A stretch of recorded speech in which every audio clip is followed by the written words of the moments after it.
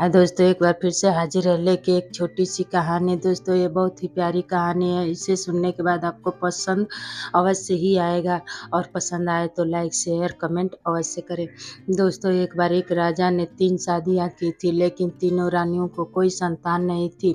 सारी प्रजा कहती राजा तो बहुत अच्छे हैं, धार्मिक विचार वाले हैं, बट उनका कोई संतान नहीं है। उनका राजा आने वाले समय में हमारा राजा कैसा होगा जब मेरे राजा का कोई संतान नहीं है। कुछ समय बीता, राजा की तीसरी पत्नी गर्भवती हुई। चारों ओर राजमहल में शोर मच गया कि राजा अब माँ पिता बनने वाले हैं। लोग राज दरबार में भी एक नन्हा मेहमान आने वाला है। ऐसा कुछ दिन चला। जब 9 महीने हुआ तो रानी को 2 बच्चे हुए, एक लड़का और एक लड़की।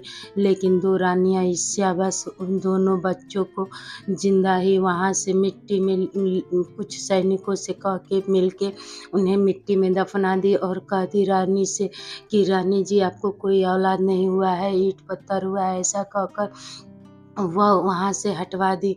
इतने बाद जब रानी को होश आया तो वह रोने लगी और पूरा राज दरबार में शोर मच गया कि रानी को कोई संतान नहीं हुआ था, लेकिन रानी को एक लड़का और एक लड़की हुए थे। दोनों को रोते रह गए, लेकिन दोनों रानियां ने मिलके उन्हें मिट्टी में दफना दिया। कुछ समय बीत गया, अब वो दोनों मिट्टी में ही फूल की तरह खिलने लगे। दोनों ऐसा फूल हो गए उस राज्य में कि मानो चारों तरफ शोर मच गया था। कोई भी मौसम हो वो फूल हमेशा खिला रहता था, कभी नीला कभी पीला कभी गुलाबी। कोई भी ऐसा फूल ना हो 2 ही फूल की खिल न जाए उस पे। वो डाली पूरे राज दरबार में शोर मच गया। जो भी जाता उस फूल को तोड़ने, लेकिन तोड़ तो कोई नहीं पाता। ऐसे पूरे तरह से शोर मच गया कि आखिर वो फूल के क्या रहस्य है कि जो भी जाता है वो तोड़ नहीं पाता है। लेकिन मौसम कोई भी हो, गर्मी बरसात पतझड़ जो भी मौसम हो, फूल खिला रहता है। 12 मास हर तरह के फूल खिलता है 2 ही डाली पे।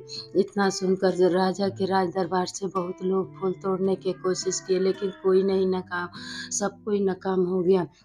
राजा की छोटी रानी को पता नहीं क्यों ऐसा लग रहा था कि एक बार मैं भी जाऊं और उस फूल के पास जाऊं। वो फूल तोड़ने के लिए हाथ बढ़ाए, लेकिन उनके आँख से एकाएक आंसू गिरने लगा।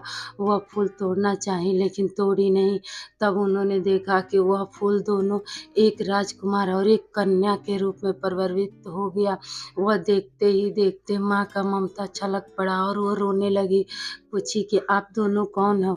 तब दोनों लोग कहे कि माँ आप मेरी माँ हो, आपको नहीं पता है हम आपको जिस समय पैदा हुए थे आपका चेहरा देखे थे, लेकिन आप हमको नहीं देख पाए थे क्योंकि आप होश-हवास में नहीं थी।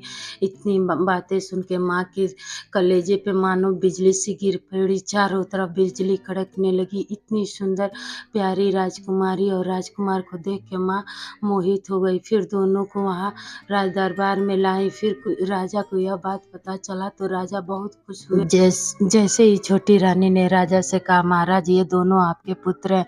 आपके 2 पुत्र, एक पुत्र एक पुत्री हुई थी, 2 बच्चे हुए थे, 2 संतान हुए थे, लेकिन ये रानियों ने मिलके यहाँ इन दोनों को जिंदा ही गड़वा दिया। इतना सुनकर राजा को बहुत ही गुस्सा आया और वो गुस्से से लाल पीला होने लगे। दोनों रानियों को सजा देने की घोषणा कर दी। तब राजा के दोनों संतान ने उन्हें मना कर दिया। कहे नहीं पिताजी यह गलत बात है, सजा देने से इंसान का मन बिगड़ता नहीं है।